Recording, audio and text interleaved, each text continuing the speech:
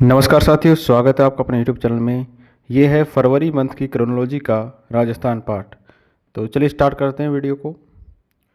First है, राज्य स्तरीय युवा महोत्सव में राज्य नवीन युवा नीति और रोजगार नीति 2026 जारी कर दी गई है। ठीक है, तो कौन सा महोत्सव था ये? राज्य स्तरीय था युवा महोत्सव, और इसके अंदर नई युवा नीति और रोजगार नीति जारी की गई है। तो राजस्थान का राज्य स्तरीय युवा महोत्सव हुआ 2026 का जयपुर के एसएमएस स्टेडियम में 7 से लेके 12 जनवरी को। ठीक है, कब से कब तक हुआ है ये? 7 से लेके 12 जनवरी 2026 को हुआ है। और इसी के अंदर युवा नीति, ठीक है, नवीन युवा नीति और रोजगार नीति जो है जारी की गई है।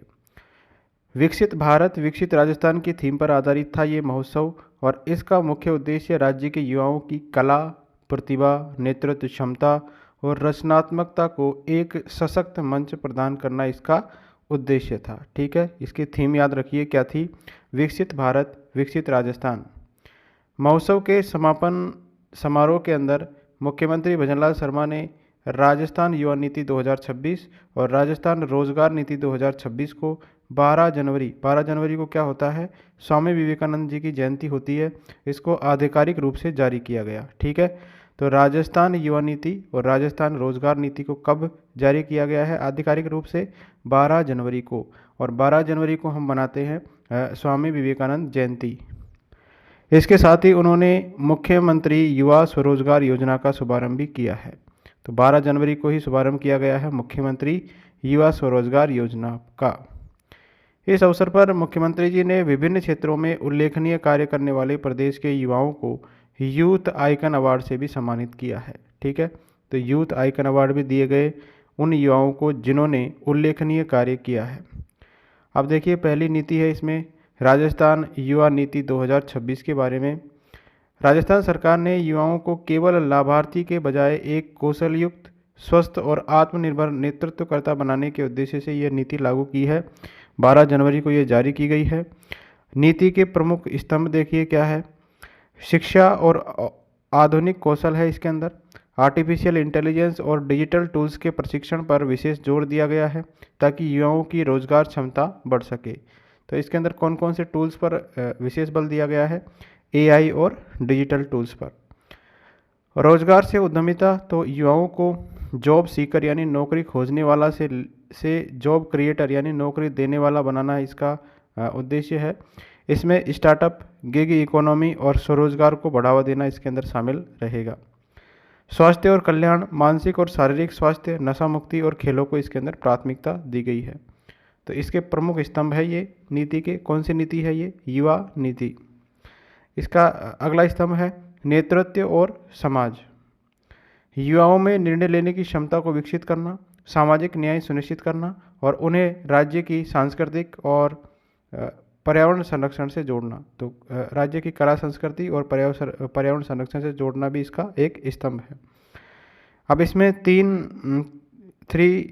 टायर व्यवस्था की गई है क्रियान्वयन के लिए। तो नीति को प्रभावी ढंग से लागू करने के लिए एक मजबूत ढांचा बनाया गया है। तो ये ढांचा देखिए क्या है? उच्च स्तरीय समिति बनेगी इसके क्रियान्वयन के लिए, जिसकी अध्यक्षता करेंगे खेल और युवा मामलात मंत्री।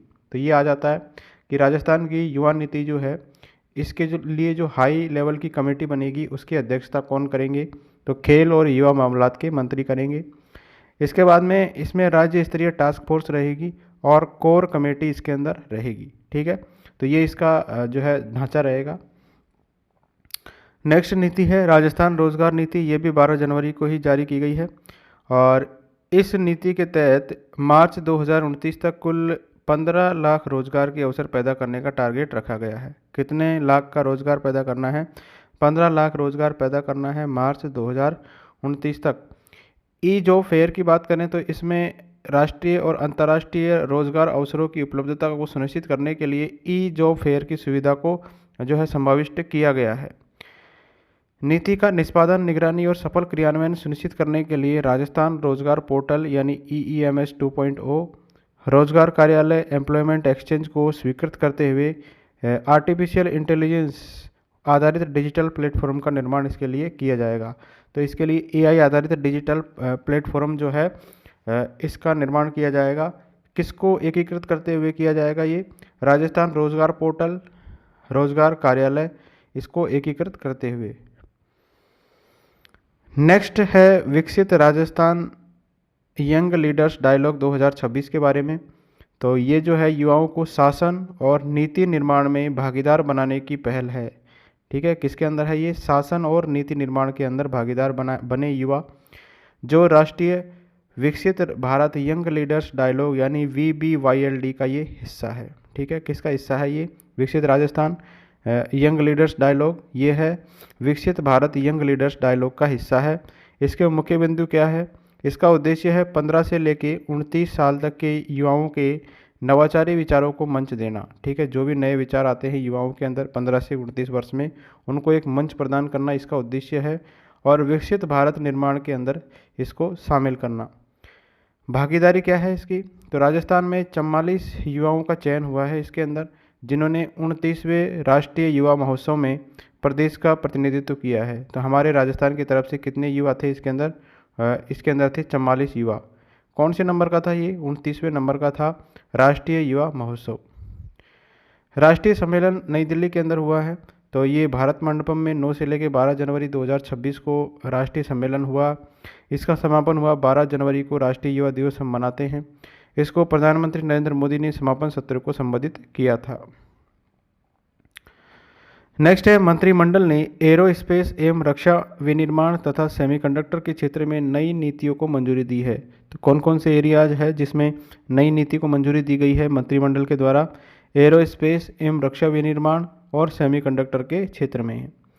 तो राजस्थान सरकार ने तकनीकी विनिर्माण और निवेश को बढ़ावा देने के लिए 21 जनवरी 2026 को 2 ऐतिहासिक नीतियों को मंजूरी दी है।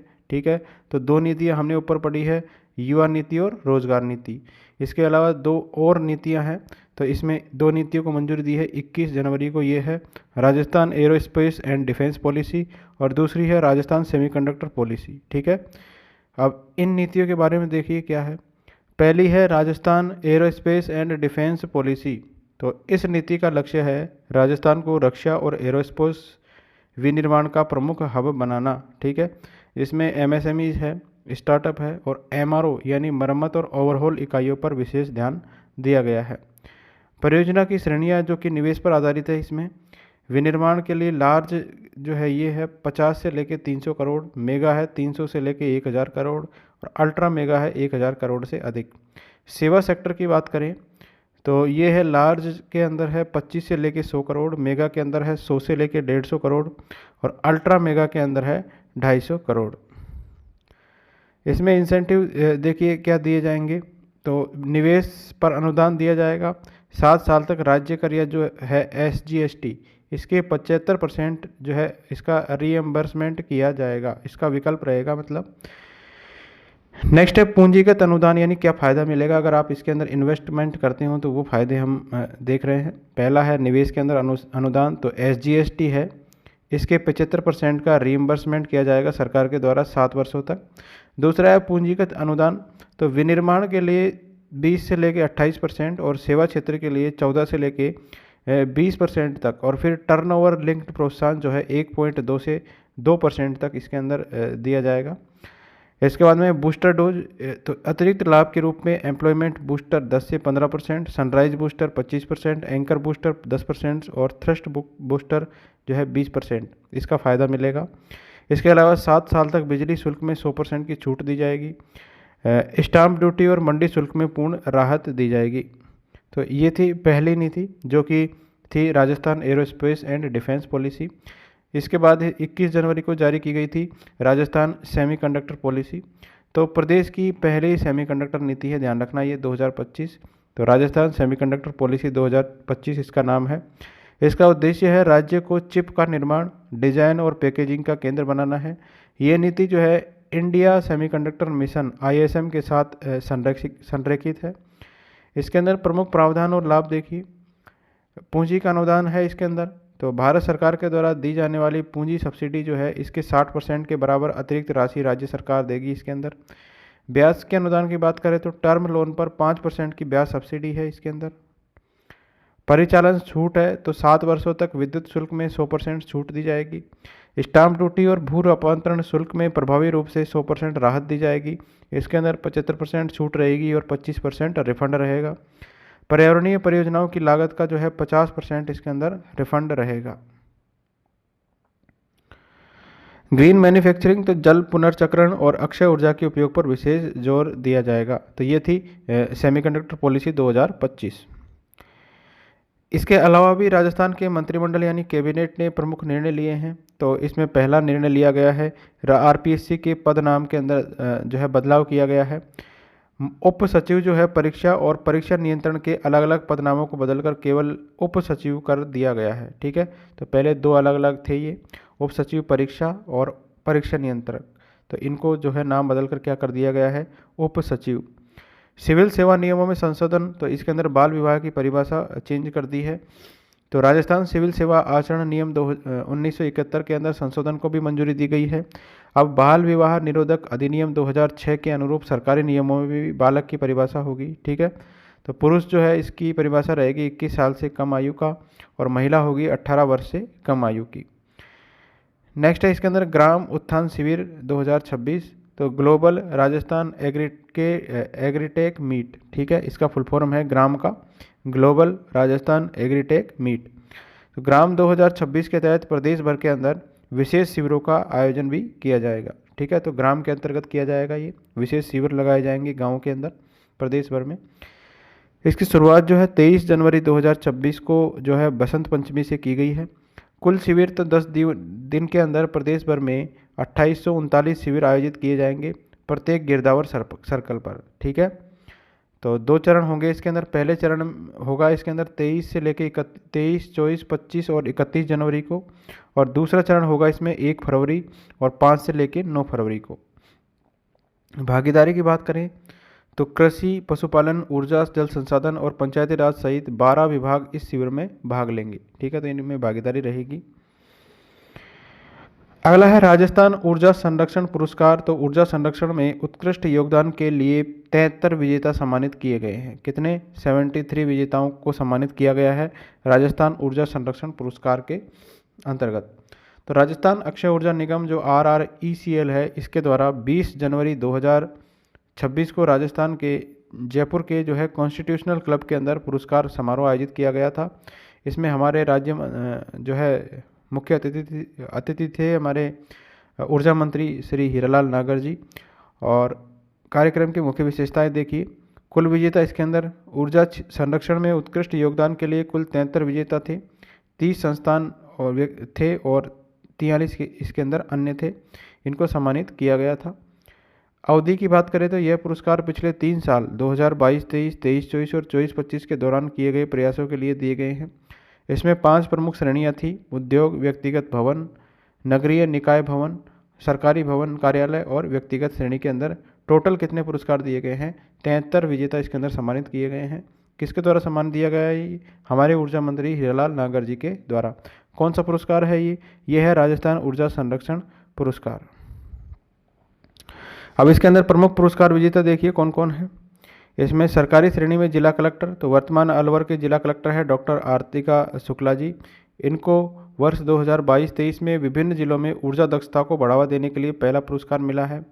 उद्योग श्रेणी सीमेंट के अंदर मिला है, तो श्री सीमेंट लिमिटेड की खुसखेड़ा जो है ग्राइंडिंग यूनिट, इसको सीमेंट क्षेत्र में सबसे कम विशिष्ट ऊर्जा खपत यानी लोवेस्ट स्पेसिफिक एनर्जी कंजम्पशन के लिए प्रथम पुरस्कार से सम्मानित किया गया है। नेक्स्ट है मुख्यमंत्री युवा स्वरोजगार योजना 2026 के बारे में। तो 10 लाख तक का ब्याज मुक्त ऋण इसके अंदर दिया जाएगा। महत्वपूर्ण है ये। कौन सी योजना है? मुख्यमंत्री युवा स्वरोजगार योजना 2026। तो राजस्थान सरकार ने प्रदेश के युवाओं को आत्मनिर्भर बनाने के लिए मुख्यमंत्री युवा स्वरोजगार योजना की शुरुआत की है। इसका शुभारंभ जो है 12 जनवरी 2026 को राज्य स्तरीय युवा महोत्सव में राष्ट्रीय युवा दिवस पर जो है इसका शुभारंभ किया गया है। स्थान क्या था? सवाई मानसिंह स्टेडियम जयपुर में इसका शुभारंभ किया गया। मुख्यमंत्री भजनलाल शर्मा ने इसका शुभारंभ किया है। इसका उद्देश्य है प्रदेश के 1 लाख युवाओं को उद्यमी बनाना। प्रमुख विशेषताएं क्या है? इसके अंदर ब्याज मुक्त ऋण दिया जाएगा। इसमें योजना के तहत 10 लाख तक का ऋण मुक्त उपलब्ध करवाया जाएगा, जिस पर 100% ब्याज सब्सिडी सरकार देगी। ठीक है, तो 10 लाख तक का इसके अंदर लोन है और 100% इसके अंदर ब्याज सब्सिडी कौन देगी? सरकार देगी। अन्य लाभ की बात करें तो 50,000 तक की मार्जिन मनी और CGTMSE शुल्क का पुनर्भरण इसके अंदर किया जाएगा। ऋण और सहायता विवरण की बात करते हैं तो इसके अंदर 8वीं से लेके 12वीं पास अगर है और सेवा और व्यापार क्षेत्र है तो अधिकतम लोन इसके अंदर 3.5 लाख रुपए तक का, ठीक है, दिया जाएगा। और विनिर्माण यानी मैन्युफैक्चरिंग के अंदर है तो 7.5 लाख रुपए तक की इसके अंदर लोन दिया जा सकता है, जो 8वीं से लेके 12वीं पास है। मार्जिन मनी इसके अंदर 35,000 रुपये मैक्सिमम दिए जा सकते हैं। जिसने ITI या स्नातक कर रखा है या इससे हायर है वो सेवा और व्यापार के अंदर 5 लाख रुपए उसको लोन दिया जा सकेगा और मैन्युफैक्चरिंग के अंदर 10 लाख रुपए तक का उसको ब्याज मुक्त लोन दिया जा सकेगा। इसके अंदर मार्जिन मनी है 50,000 रुपये। महत्वपूर्ण है ये। अब देखिए इसके अंदर एलिजिबल कौन है ये। राजस्थान का मूल निवासी होना चाहिए, 18 से 35 साल तक उसकी आयु होनी चाहिए, उसके अंदर न्यूनतम शिक्षा 8वीं पास होना चाहिए। यदि कोई फर्म, कंपनी या भागीदारी समिति ऋण लेती है तो उसमें 51% से अधिक स्वामित्व होना चाहिए, ठीक है। तो इसके अंदर 51% से अधिक का अपना खुद का स्वामित्व होना चाहिए। 18 से 45 वर्ष के युवाओं का होना अनिवार्य है। नेक्स्ट है सवाई माधोपुर में 263वें स्थापना दिवस पर अमरूद महोत्सव और नई घोषणाएं की गई है, ठीक है। सवाई माधोपुर का था 263वां स्थापना दिवस। कब था ये था 19 जनवरी 2026 को 263वां स्थापना दिवस था सवाई माधोपुर का।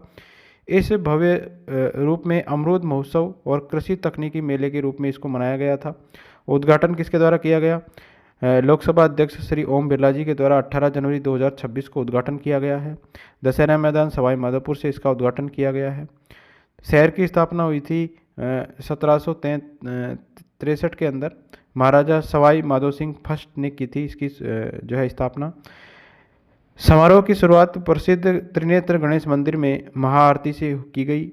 सांस्कृतिक संध्या की बात करें तो 19 जनवरी को पद्मश्री कैलाश खेर के द्वारा रणथंभौर रागा म्यूजिकल नाइट की प्रस्तुति दी गई थी। कैलाश खेर जी आए थे इसके अंदर 19 जनवरी को। अब इसके अंदर महत्वपूर्ण घोषणाएं की गई हमारे मंत्री जी श्री डॉक्टर किरोड़लाल मीणा जी के द्वारा। तो अमरूद उत्कृष्टता केंद्र बनेगा। तो सवाई माधोपुर जिला मुख्यालय पर फूल उत्कृष्टता केंद्र की तर्ज पर अब अमरूद के लिए भी एक विशेष केंद्र स्थापित किया जाएगा। तो अमरूद उत्कृष्टता केंद्र कहाँ पर बनेगा? Guava centre of excellence Sawai Madhopur में। नेक्स्ट है जैविक बीज प्रमाणीकरण। तो किसानों को जैविक खेती के प्रोत्साहन करने के लिए प्रमाणीकरण सुविधा उपलब्ध करवाई जाएगी। तो जैविक बीज का प्रमाणीकरण भी किया जाएगा। नेक्स्ट है PM विश्वकर्मा योजना के बारे में। तो राजस्थान ऋण वितरण के अंदर देश में दूसरे स्थान पर आया है। तो प्रधानमंत्री विश्वकर्मा योजना के क्रियान्वयन में राजस्थान ने राष्ट्रीय स्तर पर बड़ी उपलब्धि हासिल की है। 1 जनवरी 2026 तक के ताज़ा आंकड़ों के अनुसार राजस्थान की स्थिति देखिए। ऋण स्वीकृति और वितरण तो राजस्थान पूरे देश में दूसरे स्थान पर है। कुल हमने लोन कितना बांटा है? तो 53,552 लाभार्थी जो है इनको 466.70 करोड़ का लोन दिया जा चुका है। राज्य का औसत ऋण है 87,000, ठीक है, और राष्ट्रीय औसत है 83,000। तो हमने एक व्यक्ति को लगभग 87,000 का लोन दिया है। प्रशिक्षण और टूल किट की बात करें तो कारीगरों को ट्रेनिंग और टूल किट देने में राजस्थान तीसरे स्थान पर है। लोन देने में दूसरे स्थान पर है, टूल किट देने में तीसरे स्थान पर है, ठीक है।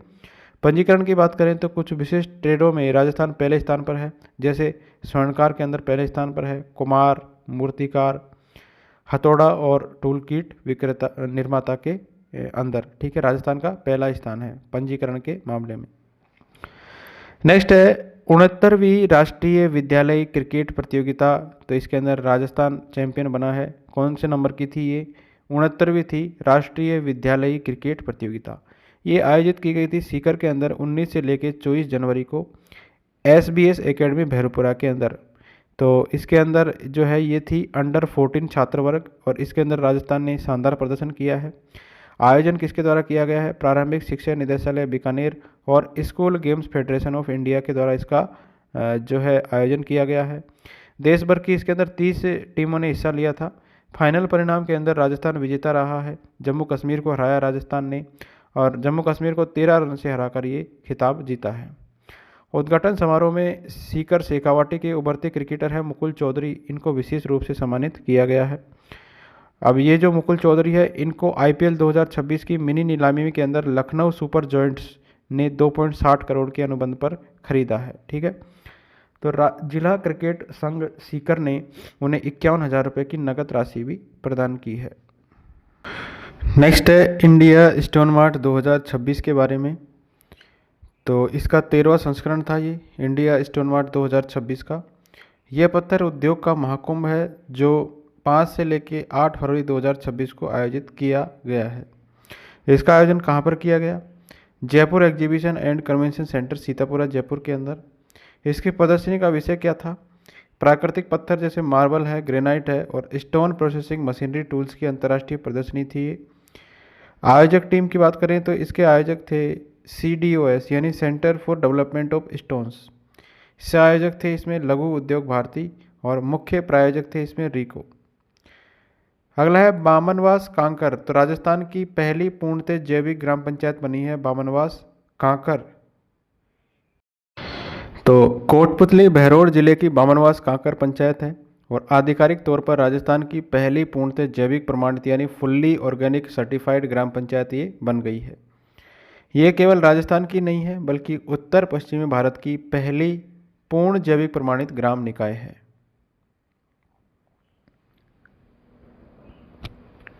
तो इसको जो है NPOP यानी national program for organic production और COFED मतलब confederation of organic societies and producer companies के मानकों के तहत जो है प्रमाणित किया गया है। प्रमाणन का दायरा देखिए, यहाँ की जो 1500 हेक्टेयर कृषि भूमि है और 6000 से अधिक पशुधन है, इसको जैविक प्रमाण पत्र मिला है। यानी यहाँ न तो खेतों में रसायन डलेंगे और न ही पशुओं को रासायनिक चारा दिया जाएगा। तो ये है बामनवास कांकर और ये कहाँ की है? ये पंचायत है हमारे कोटपुतली बहरोड जिले की। तो शपथ और संकल्प इसके अंदर लिए गए हैं 2 जनवरी 2026 को। तो पंचायत के किसान जिसमें अधिकतर महिलाएं थी, इन्होंने शपथ ली है कि वे अपने खेतों में कभी भी कीटनाशक और रसायनों का उपयोग नहीं करेंगे। इसमें बस्तियां शामिल है 7। तो इसमें बामनवास कांकर है, नांगल हेड़ी है, राह का माला है, भादाना की भाल है, टोलावास है, खरिया की ढाणी है और भैरवास है। तो इन्होंने शपथ और संकल्प लिया है कि वे अपने खेतों में कीटनाशक और रसायनों का उपयोग नहीं करेंगे। अब COFED इसका भविष्य का लक्ष्य क्या है? इसने वर्ष 2026 तक राजस्थान के बीकानेर, अलवर, कोटपुतली, बहरोड और भीलवाड़ा जिले की 300 ग्राम पंचायतों को पूरी तरह जैविक बनाने का टारगेट इन्होंने रखा है।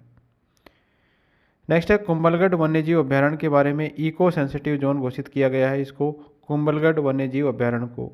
इको सेंसिटिव जोन मतलब ESZ। तो केंद्रीय पर्यावरण मंत्रालय ने जनवरी 2026 की अधिसूचना के माध्यम से राजस्थान के कुंभलगढ़ वन्यजीव अभ्यारण्य के चारों ओर के क्षेत्र को इको सेंसिटिव जोन यानी ESZ घोषित किया है। इसकी रेंज जो है ESZ अभ्यारण्य की सीमा से 0 से 1 किलोमीटर तक ये फैला हुआ है। इसमें कुल 243 वर्ग किलोमीटर का क्षेत्र है और इसके अंदर 94 गाँव इसके अंदर शामिल है।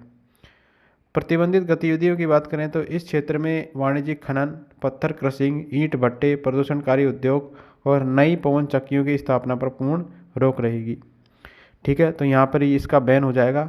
वाणिज्यिक खनन नहीं होगा, पत्थर की क्रशिंग नहीं होगी, ईंट भट्टे, प्रदूषणकारी उद्योग और नई पवन चक्कियों की यहाँ पर स्थापना नहीं होगी। कुंभलगढ़ जो अभ्यारण्य है 610 वर्ग किलोमीटर से अधिक क्षेत्र में विस्तृत है और राजसमंद, पाली और उदयपुर जिलों में ये फैला हुआ है। तो ये भी आ सकता है कि कुंभलगढ़ जो अभ्यारण्य है वो किस किस क्षेत्र में फैला हुआ है? तो राजसमंद, पाली और उदयपुर के अंदर। नेक्स्ट है 77वां गणतंत्र दिवस राज्य स्तरीय समारोह और पुलिस सम्मान। तो ये SMS स्टेडियम हमारे जयपुर में राज्य स्तरीय गणतंत्र दिवस समारोह मनाया गया। इसमें मुख्य झलकियाँ क्या रही? ध्वजारोहण किया हमारे राज्यपाल श्री हरिभाऊ बागड़े ने, राष्ट्रीय ध्वज को फहराया है और परेड का निरीक्षण करके सलामी ली है।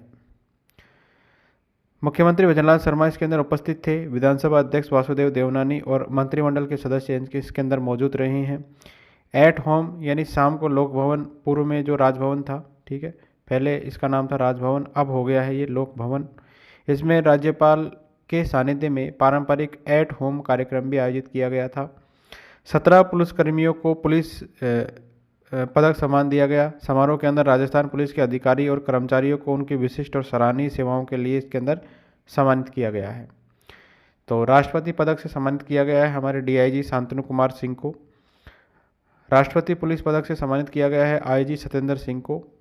उत्कृष्ट मेडल दिया गया आईजी दीपक कुमार, परम ज्योति, एडिशनल एसपी रेवंत दान, धनपत राज, महावीर सिंह शेखावत और नीलकमल को। राष्ट्रीय पदक से सम्मानित किया गया है गृह रक्षा के अंदर घनश्याम सिंह जो उप समादेष्टा है। नेक्स्ट है 77वें गणतंत्र दिवस कर्तव्य पथ पर उस्ता कला के रंगों में रंगी राजस्थान की झांकी। तो नई दिल्ली के अंदर हुआ था कर्तव्य पथ पर आयोजित जो 77वें गणतंत्र दिवस समारोह है, इसके अंदर राजस्थान की झांकी थी और इसने दर्शकों का मन मोह लिया था। इस बार झांकी का मुख्य आकर्षण था बीकानेर की प्रसिद्ध उस्ता कला। तो याद रखिए जो 77वां गणतंत्र दिवस दिल्ली के अंदर आयोजित किया गया, इसमें राजस्थान का मुख्य आकर्षण क्या था, तो ये था बीकानेर की प्रसिद्ध उस्ता कला। इसका विषय क्या था, राजस्थान मरुस्थल का स्वर्ण स्पर्श। तो ये भी आ जाता है। थीम बताइए क्या थी, Rajasthan golden touch of the desert. अब ये जो झांकी कर्तव्य पथ पर आयोजित की गई, इसके मुख्य विशेषताएं क्या थी, देखो। अग्रभाग के अंदर राजस्थान के प्राचीन वाद्य यंत्र रावण हत्ता का वादन करते हुए कलाकार की 160 डिग्री घूमती हुई प्रतिमा थी और इसकी ऊंचाई थी 13 फीट।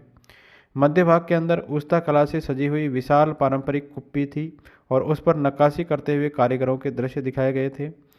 पृष्ठ भाग के अंदर जो है ये मरुस्थलीय संस्कृति के प्रतीक के रूप में एक विशाल ऊंट और संवार की प्रतिमा थी। सजावट जो है दोनों ओर उस्ता कला की बारीकी को दर्शाते हुए पत्तेदार स्वर्ण कारीगरी वाले मेहराब थे इसके अंदर। झांकी के चारों ओर कलाकारों के द्वारा गैर लोक नृत्य का प्रदर्शन किया गया। तो ये भी आ जाता है कि जो कर्तव्य पथ पर झांकी निकली थी उसमें कौन सा लोक नृत्य किया गया था, तो गैर लोक नृत्य किया गया था। अब देखिए उस्ता कला क्या है, तो ऊंट की खाल पर जो स्वर्ण की जड़ाई होती है, इसकी पारंपरिक शाही कला है ये उस्ता कला। इसकी उत्पत्ति कहाँ से मानी जाती है, ईरान से मानी जाती है। मुगल काल में विकसित हुई है और बीकानेर के महाराजा राय सिंह के शासनकाल में ये राजस्थान पहुंची थी। ठीक है, तो ऊंट की खाल पर स्वर्ण की जड़ाई है उस्ता कला। इसमें जो है 24 कैरेट सोने के वर्क और प्राकृतिक रंगों का उपयोग किया जाता है। विस्तार की बात करें तो केवल खाल तक ये सीमित नहीं है, बल्कि लकड़ी, संगमरमर और दीवारों पर भी ये की जाती है। बीकानेर की उस्ता कला को भौगोलिक संकेतक प्राप्त है। तो ये जो उस्ता कला है जीआई टैग मिला हुआ है इसको, बीकानेर की उस्ता कला को। नेक्स्ट है पद्म पुरस्कार 2026 के बारे में। तो राजस्थान की 3 विभूतियाँ हैं, इनको पद्मश्री, पीयूष पांडे जो है इनको पद्म भूषण दिया गया है। तो 3 विभूतियों को मिला है पद्मश्री अवार्ड और पीयूष पांडे को मिला है पद्म भूषण अवार्ड। तो केंद्र सरकार ने 25 जनवरी 2026 को पद्म पुरस्कारों की घोषणा की है। इस साल राजस्थान की 3 हस्तियों को पद्मश्री पुरस्कार से सम्मानित किया गया है। इनके अलावा मूल रूप से जयपुर के पीयूष पांडे हैं, इनको पद्म भूषण से सम्मानित किया गया है। तो इनका जो नामांकन है जो है महाराष्ट्र से हुआ है। ठीक है, कौन है ये, मूल रूप से रहने वाले पीयूष पांडे, ये जयपुर के हैं, लेकिन इनका नामांकन कहाँ से हुआ है, महाराष्ट्र से। पद्म भूषण देखो किसको मिलेगा, तो पीयूष पांडे को मिलेगा मरणोपरांत। तो विज्ञापन जगत के दिग्गज और जयपुर राजस्थान के मूल के हैं पीयूष पांडे, इनको मरणोपरांत पद्म भूषण देने की घोषणा की गई है। ठीक है, तो पद्म भूषण मिलेगा किसको, पीयूष पांडे को। महाराष्ट्र राज्य के कोटे से कला क्षेत्र के अंदर दिया गया है। पद्मश्री पुरस्कार की बात करें तो 3 विजेता है राजस्थान से। तो 3 हस्तियां कौन कौन है, पहले हैं गफरुद्दीन मेवाती जोगी, ये जो है इनको कला के क्षेत्र में दिया जाएगा, भपंग वादन करते हैं ये। कैथवाड़ा डीग के हैं मूलतः, वर्तमान में अलवर में रहते हैं। विशिष्टता क्या है, पांडुन का कला, पांडु का जो कड़ा विधा के एकमात्र जीवित कलाकार ये माने जाते हैं। कौन, गफरुद्दीन मेवाती जोगी। उन्हें महाभारत पर आधारित 2500 से अधिक दोहे कंठस्थ याद है इनको। ठीक है, महाभारत पर आधारित कितने, 2500 से अधिक दोहे। विलुप्त होती मेवाती लोक परंपराओं को जीवित रखे हुए हैं। पूर्व में राष्ट्रपति पुरस्कार 2024 के भी ये विजेता है। नाम याद रखिए, गफरुद्दीन मेवाती जोगी। दूसरे हैं तगाराम भील, इनको भी पद्मश्री से सम्मानित किया जाएगा और ये अलगोजा वादन करते हैं। कहाँ के हैं ये है मूल सागर जैसलमेर के। उन्हें अलगोजा का जादूगर कहा जाता है। पिछले 55 वर्षों से इस वाद्य यंत्र को ये बजा रहे हैं और राजस्थानी लोक संगीत को नई ऊंचाइयों पर ये ले गए हैं। तीसरे हैं स्वामी ब्रह्मदेव महाराज समाज सेवा के अंदर, ये श्री गंगानगर के हैं। उन्होंने श्री जगदम्बा अंध विद्यालय और मूक बधिर विकलांग संस्थान की स्थापना की है। वे दिव्यांगजनों के कल्याण और पुनर्वास के लिए ये समर्पित है। ठीक है, तो ये 3 है, इनको पद्मश्री से सम्मानित किया जाएगा। तीनों के नाम आप याद रखिए क्या क्या है। गफरुद्दीन मेवाती जोगी, तगाराम भील और स्वामी ब्रह्मदेव महाराज। इनका कार्य क्षेत्र भी याद रख लीजिए। गफरुद्दीन मेवाती जोगी जो है भपंग वादन करते हैं। इसके बाद में तगाराम भील को दिया जाएगा अलगोदा वादन कला के अंदर, और ब्रह्मदेव महाराज को समाज सेवा के लिए पद्मश्री से सम्मानित किया जाएगा। इसकी घोषणा की गई है 25 जनवरी 2026 को। नेक्स्ट है केवलादेव में मिला है दुर्लभ मांसाहारी पौधा और कॉमन सेल्डक की वापसी हुई है। तो भरतपुर में स्थित है केवलादेव घना पक्षी राष्ट्रीय उद्यान। इसमें हाल ही में 2 महत्वपूर्ण प्राकृतिक घटनाएं दर्ज की गई है। एक दुर्लभ कीटाहारी पौधे की खोज की गई है और एक प्रवासी पक्षी भी की 1 दशक के बाद वापसी हुई है। तो देखिए कॉमन सेल्डक जो है एक क्या है, प्रवासी पक्षी है और 10 साल बाद ये लौटा है। और एक पौधा खोजा गया है दुर्लभ मांसाहारी पौधा। ठीक है, और ये जो है दुर्लभ कीटाहारी पौधा है ये। ठीक है, मांसाहारी या कीटाहारी पौधा है। तो मांसाहारी पौधे का नाम आपको याद रखना है क्या है, यूट्रिकुलेरिया ब्लैडर वोट। ठीक है, उद्यान के एल, के और बी ब्लॉक में एक दुर्लभ कीटाहारी यानी इंसेक्टिवोरस पौधा देखा गया है। नाम जो है इसे यूट्रिकुलेरिया या ब्लैडर वॉट इसको कहा जाता है। तो क्वेश्चन आ सकता है कि मांसाहारी पौधा जो खोजा गया है, पहला मांसाहारी पौधा कहाँ पर खोजा गया है, तो ये है भरतपुर के केवलादेव में मिला है। और इसका नाम भी पूछ सकते हैं, तो नाम है इसका ब्लैडरवार्ट या यूट्रिकुलेरिया। अब दूसरा है प्रवासी पक्षी, इसका नाम है कॉमन सेल्डक और ये 10 साल बाद में लौटा है। तो केवलादेव के अंदर इस वर्ष यूरोप से आने वाले कॉमन सेल्डक यानी ये पक्षी है, इसने 10 साल के लंबे अंतराल के बाद वापसी की है केवलादेव जो है अभ्यारण्य के अंदर। पक्षी लगभग 4000 किलोमीटर का सफ़र तय करके यूरोप से यहाँ पहुँचा है। इसका आकार छोटे गर्दन वाले हंस के जैसा होता है, देखने में बेहद आकर्षक होता है कॉमन सेल्डक। अगली महत्वपूर्ण है शेरगढ़ अभ्यारण्य के बारे में। दुनिया की सबसे छोटी जंगली बिल्ली रस्टी स्पॉटेड कैट की खोज की गई है। कहाँ पर, शेरगढ़ अभ्यारण्य के अंदर। तो रस्टी स्पॉटेड कैट की खोज कहाँ पर की गई है, केवलादेव में तो मिला है एक मांसाहारी पौधा, शेरगढ़ अभ्यारण्य में खोज की गई है रस्टी स्पॉटेड कैट की, और ये छोटी जंगली बिल्ली है, दुनिया की है सबसे छोटी जंगली बिल्ली। तो जनवरी 2026 के अंदर 12 जिले में पड़ता है ये शेरगढ़ वन्यजीव अभ्यारण्य। इसमें जैव विविधता की एक बड़ी उपलब्धि दर्ज की गई है। यहाँ दुनिया की सबसे छोटी जंगली बिल्ली रस्टी स्पॉटेड कैट, इसका नाम याद रखना है, कौन सी कैट है ये। मुख्य बिंदु बताइए क्या है इसकी विशेषता है, यह बिल्ली कुल की सबसे छोटी है। ठीक है, सबसे छोटी है ये विश्व की, अत्यंत दुर्लभ और बहुत शर्मीली प्रजाति की है ये। सकारात्मक संकेत की बात करें तो यहाँ इसका मिलना अभ्यारण्य में बेहतर संरक्षण प्रयासों का प्रमाण है। राजस्थान में पिछली उपस्थिति की बात करें तो 2025 में सरिस्का अभ्यारण्य प्रतापगढ़ के पास नांगलबनी क्षेत्र में, और 2 वर्ष पूर्व केवलादेव राष्ट्रीय उद्यान जो है भरतपुर के अंदर मिली थी।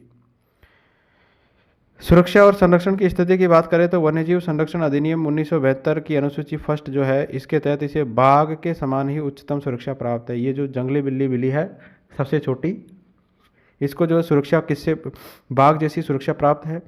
IUCN की बात करें तो रेड लिस्ट में इसे संकट के करीब यानी नियर थ्रेटेंड श्रेणी के अंदर रखा गया है। ऐतिहासिक रूप से ये केवल भारत और श्रीलंका में ही पाई जाती थी। 2012 में नेपाल में भी ये देखी गई थी। नेक्स्ट महत्वपूर्ण है शहद उत्पादन की बात करें तो राजस्थान देश के टॉप 5 राज्यों में शामिल है और इसके अंदर 9% हमारी हिस्सेदारी है शहद के उत्पादन में।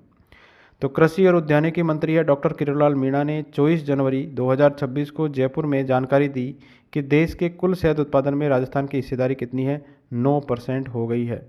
तो महत्वपूर्ण है ये। देखिए शीर्ष राज्य कौन कौन से हैं, टॉप 5 की बात करें तो उत्तर प्रदेश सबसे ज़्यादा शहद का उत्पादन करता है 17%, दूसरे नंबर पर पश्चिम बंगाल 16%, तीसरे पे पंजाब 14%, चौथे पे बिहार 12% और पाँचवें पे हमारा राजस्थान है 9% जो है शहद का उत्पादन करता है। नेक्स्ट है प्राकृतिक खेती महाअभियान 2000 क्लस्टर और 2.5 लाख किसानों का लक्ष्य इसके अंदर रखा गया है। तो राजस्थान सरकार ने बजट 2025-26 में प्राकृतिक खेती को व्यापक स्तर पर लागू करने के लिए एक विस्तृत कार्य योजना की तैयारी की है। प्रमुख लक्ष्य की बात करते हैं तो प्रदेश के कुल 2.5 लाख किसानों को प्राकृतिक खेती की पद्धति से जोड़ना इसका प्रमुख लक्ष्य है। वित्त सहायता के गणित की बात करें तो 2.25 लाख जो है किसान राष्ट्रीय प्राकृतिक खेती मिशन के तहत कवर किए जाएंगे। इसमें केंद्र की हिस्सेदारी है 60%, राज्य की हिस्सेदारी है 40%। ठीक है, तो ये कौन सा मिशन है? राष्ट्रीय प्राकृतिक खेती मिशन। दूसरा है 25,000 किसान, इन्हें राज्य सरकार जो है 100% जो है आर्थिक सहायता प्रदान करेगी। अब ये जो क्लस्टर मॉडल है ये क्या है? प्राकृतिक खेती को व्यवस्थित रूप से लागू करने के लिए क्लस्टर यानी समूह बनाए गए हैं। एक क्लस्टर मतलब 50 हेक्टेयर क्षेत्र है इसके अंदर और 125 किसान है। तो राज्य के सभी जिलों में 1 लाख हेक्टेयर क्षेत्र में 2000 क्लस्टर बनाए गए हैं। प्रमुख प्रोत्साहन और सुविधाओं की बात करें तो प्रोत्साहन राशि चयनित किसानों जो होंगे इनको 4,000 रुपये प्रति एकड़ की राशि सीधे बैंक खाते में दी जा रही है। कृषि सखी, तो हर क्लस्टर में समन्वय के लिए एक कृषि सखी नियुक्त की गई है जिसे कृषि विज्ञान केंद्र के द्वारा ट्रेनिंग दी गई है। बायो इनपुट संस्थान केंद्र, तो इसका उद्देश्य है गांव में ही प्राकृतिक खाद और दवाई उपलब्ध करवाना। सहायता की बात करें तो प्रत्येक केंद्र के लिए 1 लाख का प्रावधान किया गया है और अब तक 180 केंद्र इसके अंतर्गत स्थापित किए जा चुके हैं। नेक्स्ट है राजस्थान डिस्कॉम पीएम कुसुम योजना में उत्कृष्ट प्रदर्शन के लिए इसको गोल्ड अवार्ड मिला है।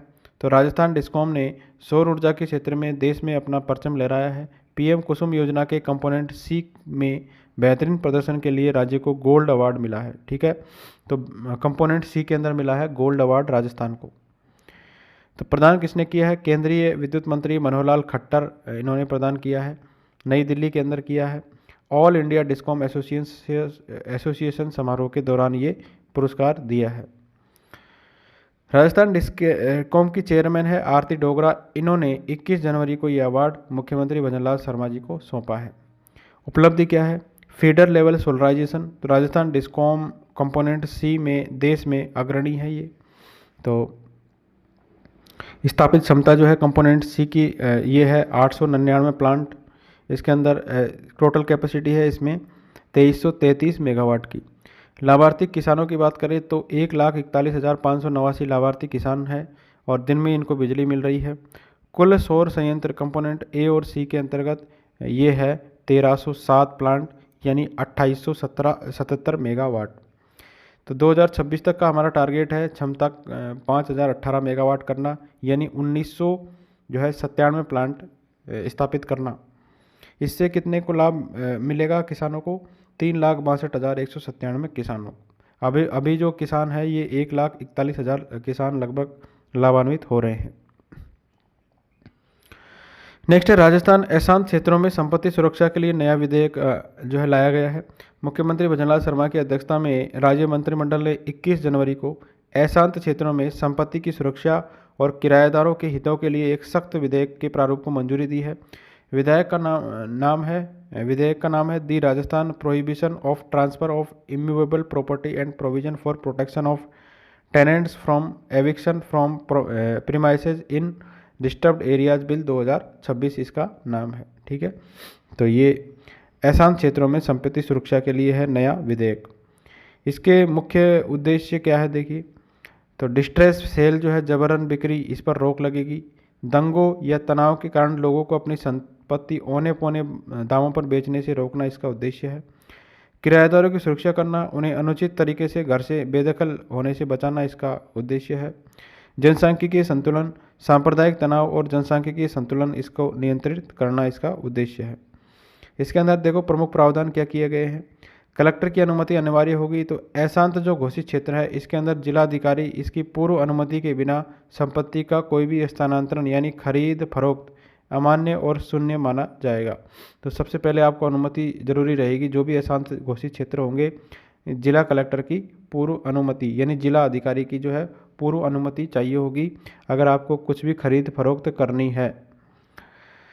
अपराध की श्रेणी, तो इस विधेयक के प्रावधानों का उल्लंघन करना गैर जमानती होगा यानी उसकी बेल नहीं होगी और ये कॉग्निजेबल अपराध होगा यानी संज्ञेय अपराध बना जाएगा। नियमों का उल्लंघन करने पर 3 से 5 साल तक की कैद होगी और जुर्माना का प्रावधान इसके अंदर किया गया है। ठीक है, तो याद रखिए, ये महत्वपूर्ण है। अक्सर दंगे या भीड़ जो हिंसा के डर से लोग अपना पुश्तैनी संपत्तियां कम दाम में बेचकर पलायन कर जाते हैं। ये विधेयक ऐसे ही पलायन को रोकने और सामाजिक सद्भाव को बनाए रखने के लिए ये लाया गया है, ताकि लोग अपनी संपत्ति को, पुश्तैनी संपत्ति को नहीं बेचें। नेक्स्ट है जयपुर लिटरेचर फेस्टिवल JLF 2026 के बारे में। तो 15 से लेकर 19 जनवरी 2026 तक जयपुर के होटल क्लार्क्स अजमेर में वेदांता के द्वारा प्रायोजित था JLF। इसका 19वां संस्करण आयोजित किया गया था। प्रमुख झलकियाँ क्या थी इसके अंदर? 6 प्रमुख मंचों पर 266 से अधिक सत्र हुए हैं इसमें, और इनमें दुनिया भर के 350 वक्ताओं ने इसके अंदर भाग लिया था। प्रमुख वक्ता इसके अंदर थे इंटरनेट के जनक टिम बर्नर्स-ली, पूर्व मुख्य न्यायाधीश DY चंद्रचूड़, गीतकार जावेद अख्तर, विश्वनाथन आनंद और आयरलैंड के पूर्व PM लियो वराडकर इसके अंदर शामिल हुए थे।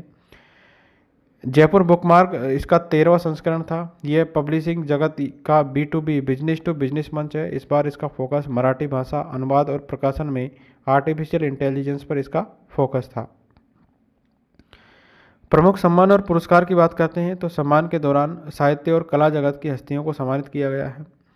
पुरस्कार देखिए क्या थे? महाकवि कन्हैयालाल सेठिया पुरस्कार, ये 11वां था। इसके विजेता थे यतीन्द्र मिश्र, कवि और संगीत अध्येता थे।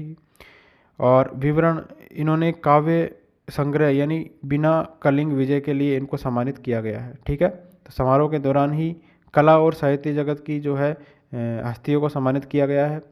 महाकवि कन्हैयालाल सेठिया पुरस्कार यतीन्द्र मिश्र को दिया गया है। ध्यान रखिए किस कृति के लिए दिया गया है? बिना कलिंग विजय के लिए। पुरस्कार जो है द्वारका प्रसाद अग्रवाल सम्मान की बात करें तो ये दिया गया है पीयूष मिश्रा को। ये लेखक और एक्टर है। इनको 2 लाख रुपए दिए गए हैं। इनकी किताब है तुम्हारी औकात क्या है, पीयूष मिश्रा, इस पर चर्चा भी हुई है। अन्य महत्वपूर्ण घटनाक्रम इसी के अंतर्गत हुए हैं। ठीक है, हम बात कर रहे हैं किसकी? जयपुर लिटरेचर फेस्टिवल की। तो इसी के अंदर अन्य घटनाक्रम हुए। राजीविका का सत्र हुआ। Legenda the real woman behind the myths विषय पर सत्र आयोजित किया गया, जिसमें इतिहासकार जनीना रमीरेज और लेखिका नारायणी बसु ने चर्चा की है। पुस्तक लॉन्च की गई। पूर्व उपराष्ट्रपति जगदीप धनखड़ के दामाद कार्तिकेय वाजपेयी की पुस्तक द अनबिकमिंग, इसका विमोचन भी किया गया है। नेक्स्ट है भारत रिन्यूएबल एक्सपो 2026 के बारे में। तो 16 से लेकर 18 जनवरी 2026 तक Jaipur VT road ground Mansarovar में भारत रिन्यूएबल एक्सपो 2026 के 3रे संस्करण का आयोजन किया गया। राजस्थान का सबसे बड़ा और भारत का प्रमुख स्वच्छ ऊर्जा का एक्सपो था ये। ठीक है, भारत रिन्यूएबल एक्सपो। आयोजन के विवरण की बात करें तो इसके आयोजक जो है फर्स्ट व्यू ग्रुप थे। MNRE, राज्य ऊर्जा विभाग और राजस्थान सोलर एसोसिएशन के सहयोग से ये आयोजित किया गया है। 350 से अधिक कंपनियों के प्रतिनिधियों ने अपने सौर और पवन ऊर्जा उत्पादों का प्रदर्शन इसके अंदर किया है। अब एक्सपो के मुख्य आकर्षण क्या थे? तो मेगा प्रोजेक्ट, तो पूगल सोलर पार्क। तो राजस्थान सरकार ने बीकानेर के पूगल सोलर पार्क का मॉडल पेश किया है। यह 6400 मेगावाट बैटरी स्टोरेज क्षमता वाला एक विशाल प्रोजेक्ट है, जो रात में भी सौर ऊर्जा की आपूर्ति को सुनिश्चित करेगा। ठीक है, करेगा ये। इनोवेशन की बात करें तो प्रदेश में के 25 से अधिक विश्वविद्यालयों के छात्रों ने अपने सोलर इनोवेशन और प्रोजेक्ट इसके अंदर पेश किए थे। ठीक है, तो ये एक्सपो था भारत रिन्यूएबल एक्सपो 2026, इसी के अंतर्गत ये किए गए थे। सरकारी योजनाएं, तो एक्सपो के अंदर आम जनता के लिए PM सूर्यघर, कुसुम योजना और रूफटॉप सोलर जैसी महत्वपूर्ण सरकारी योजनाओं की जानकारी भी प्रदर्शित की गई थी। नेक्स्ट है स्पर्श कुष्ठ जागरूकता अभियान। तो भेदभाव मिटाने की पहल है ये। तो राजस्थान चिकित्सा और स्वास्थ्य विभाग के द्वारा प्रदेश को कुष्ठ मुक्त बनाने के लिए, ठीक है, किससे? TB से मुक्त बनाने के लिए 30 जनवरी से लेकर 13 फरवरी तक स्पर्श कुष्ठ जागरूकता अभियान चलाया जा रहा है। याद रखिए कब से कब तक चलाया गया है स्पर्श कुष्ठ जागरूकता अभियान? 30 जनवरी से लेकर 13 फरवरी तक। अभियान की मुख्य बातें क्या हैं? 2026 की थीम तो भेदभाव का अंत और गरिमा सुनिश्चित करना, इसका 2026 की थीम थी। Ending discrimination and ensuring dignity. इसका उद्देश्य क्या है? समाज में फैली भ्रांतियों को जड़ से खत्म करना इसका उद्देश्य है, और कुष्ठ रोग का निवारण करना इसका उद्देश्य है। विशेष गतिविधियों की बात करते हैं ग्राम सभा स्तर पर। यह अभियान जिला, ब्लॉक और पंचायत स्तर तक ये चलेगा। इसमें सामाजिक कलंक यानी स्टिग्मा को मिटाने के लिए कुछ अनूठी पहल भी शामिल है। देखिए सम्मान, यदि गांव में कोई कुष्ठ रोग मुक्त व्यक्ति है, ठीक है, तो उसे ग्राम सभा का विशिष्ट अतिथि बनाया जाएगा और ग्राम सभा प्रमुख के द्वारा उसका अभिनंदन किया जाएगा। सरपंचों के द्वारा भेदभाव मिटाने की सार्वजनिक अपील इसके अंतर्गत की जाएगी और स्कूलों में बच्चों को जागरूक करने के लिए प्रश्नोत्तरी प्रतियोगिता आयोजित की जाएगी। यह अभियान 30 जनवरी को शुरू होता है, जिसे कुष्ठ निवारण दिवस के रूप में मनाया जाता है। तो 30 जनवरी से लेकर 13 फरवरी को ये जो है आयोजित किया गया है, क्योंकि कुष्ठ रोगियों की सेवा महात्मा गांधी के जीवन का प्रमुख मिशन था। अगला है प्रेरणा अभियान 2.0। मातृ एवं शिशु स्वास्थ्य पर फोकस किया गया है इसमें। तो समेकित निदेशालय समेकित बाल विकास सेवाएं ICDS के द्वारा 19 जनवरी से लेकर 19 फरवरी तक प्रदेश में प्रेरणा अभियान 2.0। प्रेरणा का फुल फॉर्म याद रखिए, pregnancy registration and early childhood development and nutrition awareness, ठीक है। प्रेरणा का फुल फॉर्म है और इसका 2.0 वर्जन जो है ये 19 जनवरी से लेके 19 फरवरी 2026 तक जो है ये चलाया गया है। इसका मुख्य उद्देश्य क्या है प्रेरणा अभियान का? गर्भवती महिलाओं, 0 से 6 वर्ष तक के बच्चे और आकांक्षी जिलों की किशोरियों का 100% पंजीकरण करके उन्हें स्वास्थ्य एवं पोषण सेवाओं से जोड़ना इसका उद्देश्य है। इसमें प्रमुख गतिविधियां क्या है? देखिए, योजनाओं का लाभ तो पात्र लोगों को PMMVY यानी मुख्यमंत्री मातृत्व पोषण और अमृत आहार योजना, इन तीनों योजनाओं से जोड़ना प्रेरणा अभियान का उद्देश्य है। EC यानी शाला पूर्व शिक्षा, 3 से लेकर 6 वर्ष तक के बच्चों का आंगनबाड़ी में पंजीकरण करवाना और उपस्थिति सुनिश्चित करना इसका उद्देश्य है, ठीक है। इसके अलावा कुपोषण और निगरानी के अंदर SAM यानी अति गंभीर और MAM यानी मध्यम गंभीर कुपोषित बच्चों की पहचान करना। जीवन के प्रथम 1000 दिनों के महत्व पर जोर देना इसका उद्देश्य है और बच्चों का वजन लंबाई मापकर पोषण ट्रैकर पर अपलोड करना भी इसका उद्देश्य है। इसके अलावा ID का निर्माण करना, बच्चों की आधार और आयुष्मान ID बनाना भी प्रेरणा 2.0 जो अभियान है इसका उद्देश्य है, ठीक है।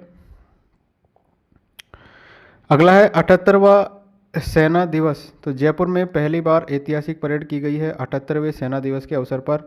15 जनवरी 2026 को 78वें सेना दिवस के अवसर पर जयपुर में ऐतिहासिक सैन्य परेड का आयोजन किया गया है। इसकी प्रमुख विशेषताएं क्या रही? तो ये कहाँ पर की गई थी? महल रोड, जगतपुरा, जो कि अक्षय पात्र सर्कल से बॉम्बे अस्पताल तक, यहाँ पर ये परेड की गई है। यह पहली बार था जब मुख्य परेड किसी सैन्य छावनी से बाहर आयोजित की गई है, ठीक है, पहली बार है। और दिल्ली के बाहर यह चौथा आयोजन था।